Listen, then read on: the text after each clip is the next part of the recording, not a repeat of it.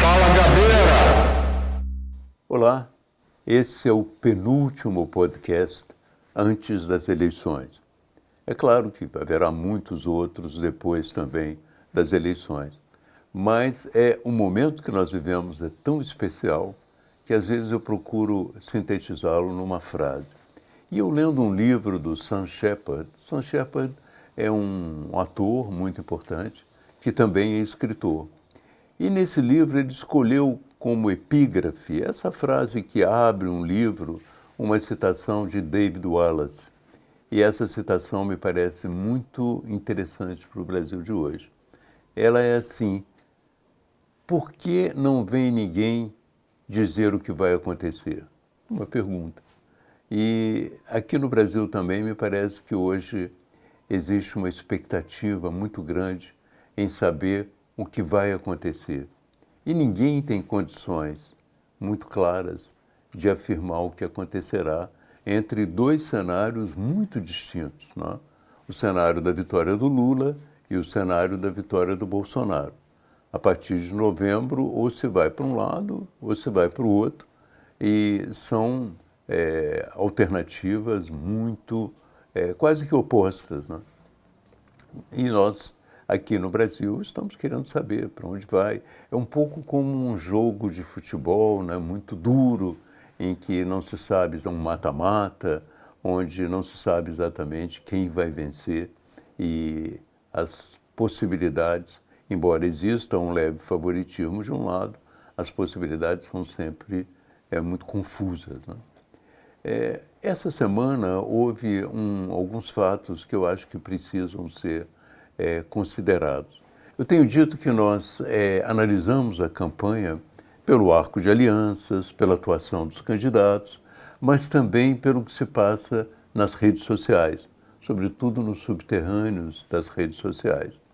Mas aconteceu um fato que me parece muito decisivo. É claro, já houve outros fatos, por exemplo, como a discussão religiosa, a presença do Bolsonaro em Aparecida e o comportamento dos seus apoiadores em Aparecida. Tudo isso pode ter influenciado o processo eleitoral. Mas uma fala do Bolsonaro, que foi transmitida pela internet, uma fala em que ele apareceu no site Paparazzo Rubro Negro, é uma fala que pode marcar muito o final dessa campanha eleitoral. Por quê? O Bolsonaro diz nessa fala: eu estava visitando um grupo de meninas venezuelanas que estavam muito bem vestidas, tinham 14 anos, e pintou um clima entre nós, entre mim e uma menina de 14 anos venezuelana. Ora, era na verdade algo que era um centro de refugiadas em São Sebastião, uma comunidade em Brasília, e elas estavam ensaiando, elas estavam aprendendo como cuidar do cabelo, como fazer maquiagem, para a hipótese de tentarem uma profissão futura. E o Bolsonaro entendeu que elas estavam se preparando para a prostituição e fez essa declaração, que é uma declaração bastante complicada, porque o Bolsonaro se diz o combatente, o líder da família, o líder da tradição, o defensor da religião e, sobretudo, o grande combatente contra a exploração sexual infantil. E ele aparece nitidamente falando sobre uma relação dele, um homem de mais de 60 anos, com uma menina de 14, uma refugiada. Porque a refugiada é mais do que uma pobre menina brasileira. A refugiada é uma menina que vem de outro país, ela está numa outra cultura, ela fala outro idioma, realmente é muito mais vulnerável do que qualquer outra menina brasileira por essas circunstâncias. Então, isso teve uma repercussão muito grande. Eu imaginei que o Lula fosse tratar desse assunto seriamente no debate, porque não é um assunto que você precise explorar de uma forma sensacionalista. Ele pode ser tratado de uma forma séria. Tanto que o ministro Moraes, Alexandre Moraes, determinou que não se explorasse essa fala do Bolsonaro, uma fala que ele disse no site O Paparazzo, mas disse também em outros momentos, que não se explorasse essa fala do Bolsonaro como se ele fosse um pedófilo, porque não houve ação de pedofilia, mas houve uma emoção de pedofilia, que é uma coisa diferente. Não dá para você denunciar uma pessoa por uma emoção apenas, mas você pode dizer, bem, não houve uma ação de pedofilia e pode cumprir as determinações do Alexandre de Moraes de não acusar o Bolsonaro. Mas você pode acusá-lo sim, e isso é viável, é baseado nos fatos, de hipocrisia. Como é que um presidente da República, que se diz o grande defensor da família, da religião, um grande defensor também das crianças que são exploradas sexualmente, afirma num site em alto bom som que pintou um clima entre ele e uma menina de 14 anos, uma pobre refugiada de 14 anos. Esse episódio evoluiu ao longo da semana. A primeira-dama e a senadora Damares Alves foram procurar as meninas, tentaram uma negociação, não é?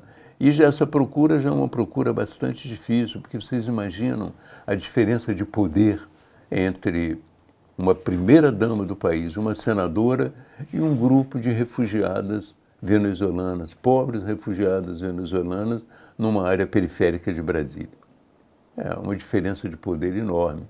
Elas devem ter se sentido extremamente amedrontadas com essa presença. E o Bolsonaro produziu um vídeo ao lado de uma embaixadora fake da Venezuela, porque não existe, ela é embaixadora do Juan Guaidó, ela é embaixadora de um presidente que se diz presidente alternativo da Venezuela, mas não é a embaixadora real da Venezuela.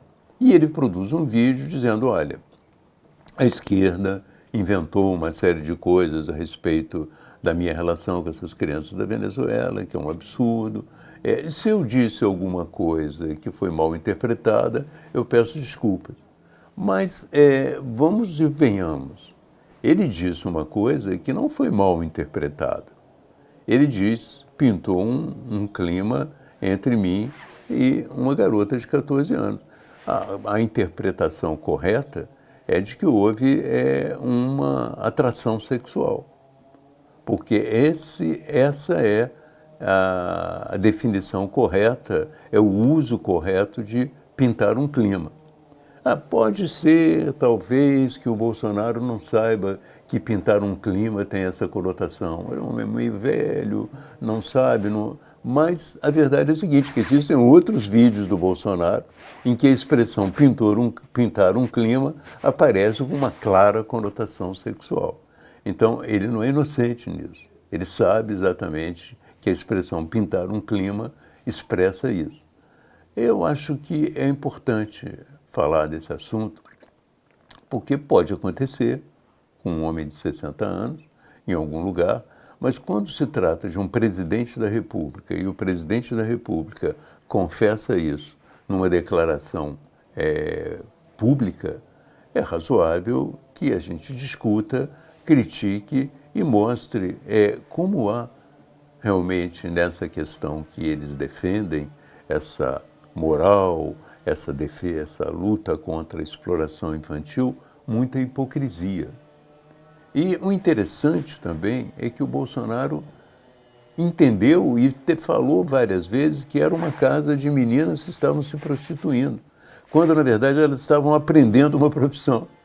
Elas estavam aprendendo a ser cabeleireira, aprendendo a ser manicure, elas não estavam se prostituindo.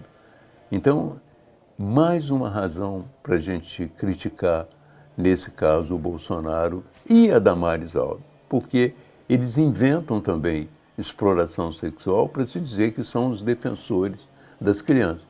A Damares Alves, recentemente, disse que na ilha de Marajó havia crianças exploradas que estavam sendo mandadas para a fronteira, até já comentei isso, e até agora ela não conseguiu demonstrar isso. Ela não conseguiu provar o que disse, não é? E muito possivelmente pediu 30 dias mais de prazo para dar as provas, e nós sabemos que nesses 30 dias as eleições vão acontecer. Ela pode até dizer que mentiu, porque não vai ter grande repercussão eleitoral. No momento, ela não confessa que mentiu. Mas tanto o Bolsonaro quanto a Damares, que se apresentam como grandes defensores das crianças, eles, na verdade, utilizam essa defesa das crianças exploradas como um trunfo eleitoral. E como utilizam de um trunfo eleitoral e é possível ver as suas contradições, eu acho mais do que razoável colocar essa questão na mesa. E isso não foi colocado no debate entre o Lula e o Bolsonaro, porque entendia-se, não é, que a declaração do ministro, a decisão do ministro Alexandre de Moraes era uma decisão no sentido de não se falar do assunto de jeito nenhum. Quando, na verdade, o que o Alexandre de Moraes disse é que você não poderia, a partir dessa declaração do Bolsonaro, acusá-lo de pedofilia. E é correto, porque não houve uma ação de pedofilia. Mas é correto você acusá-lo, como eu disse, de hipocrisia. O grande defensor das crianças abandonadas, o grande defensor das crianças exploradas, ele tem também várias emoções confessas de exploração das crianças. Então, eu acho que talvez tenha sido esse, no meu entender, o fato mais importante da semana. Você diz, mas como o mais importante se não é um dos pontos programáticos que dizem respeito ao destino do país? Eu acho que é um dos mais importantes, que às vezes nas eleições você tem que analisar a cada instante o que há de mais decisivo. Não é? Eu acho que o que há de mais decisivo foi exatamente isso. Eu acho que isso mexeu com a campanha. O próprio Bolsonaro foi obrigado a fazer uma live a 1h da manhã. Ele disse que passou o pior dia da vida dele porque ele foi acusado de pedofilia nas redes sociais. Mas ele não respondeu claramente ao fato de ter utilizado uma frase que é uma frase que expressa emoções muito problemáticas. Interessante, porque você está dizendo assim, se eu disse alguma coisa que ofendeu alguém, por que ele não para e diz assim, essa frase que eu disse ofendeu alguém? É essa frase, não é se eu disse, ele disse.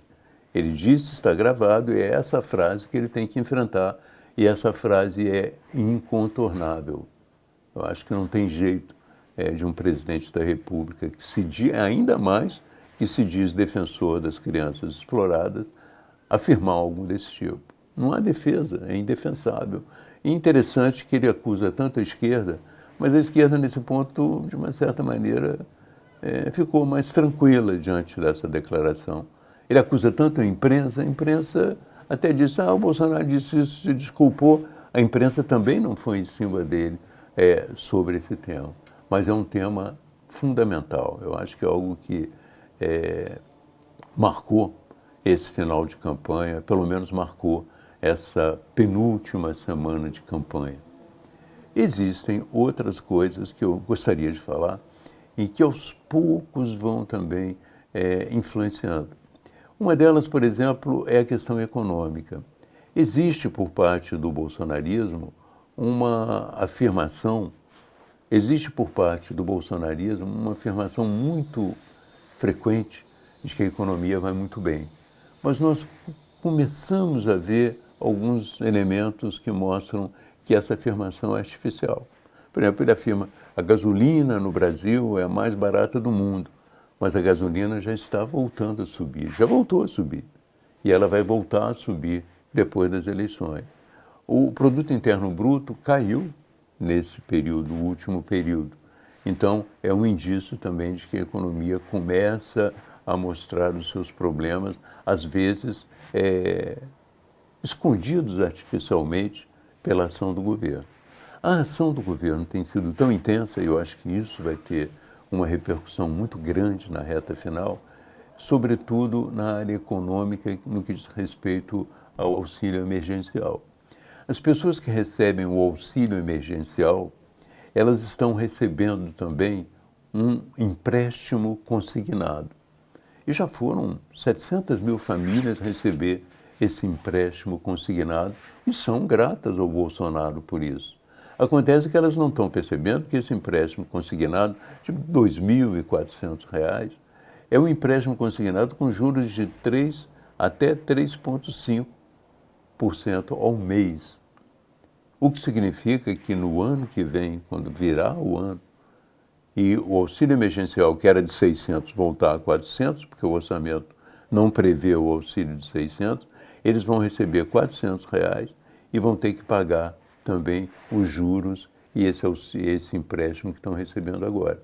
O resultado, essas famílias que estão agora com esse dinheiro e estão, às vezes, até entusiasmadas com essa decisão do governo, elas passarão a viver em 2023 com R$ 240 por mês. Significa os 400 do auxílio, menos o dinheiro que elas vão pagar pelo empréstimo e por juros. É realmente uma situação muito difícil. Por aí vocês veem como o ano que vem é um ano marcado por várias minas que foram depositadas no terreno agora, na política econômica do governo e, sobretudo, com a intenção de vencer as eleições. São esses dois fatos que eu destaco essa semana. Um fato amplamente contra o Bolsonaro, não é, que é a história da relação dele com as meninas da Venezuela, e um fato que está ajudando o Bolsonaro, mas pode trazer um grande problema para as famílias contempladas. É esse empréstimo consignado, que pode, na reta final, trazer um ânimo ao Bolsonaro em termos de voto, sobretudo naquele setor da população onde o Lula é mais forte, um setor que ganha de 1 a 2 salários mínimos. É isso que eu queria dizer por enquanto. Vamos à próxima semana final para ver o que vai acontecer em todo esse enredo.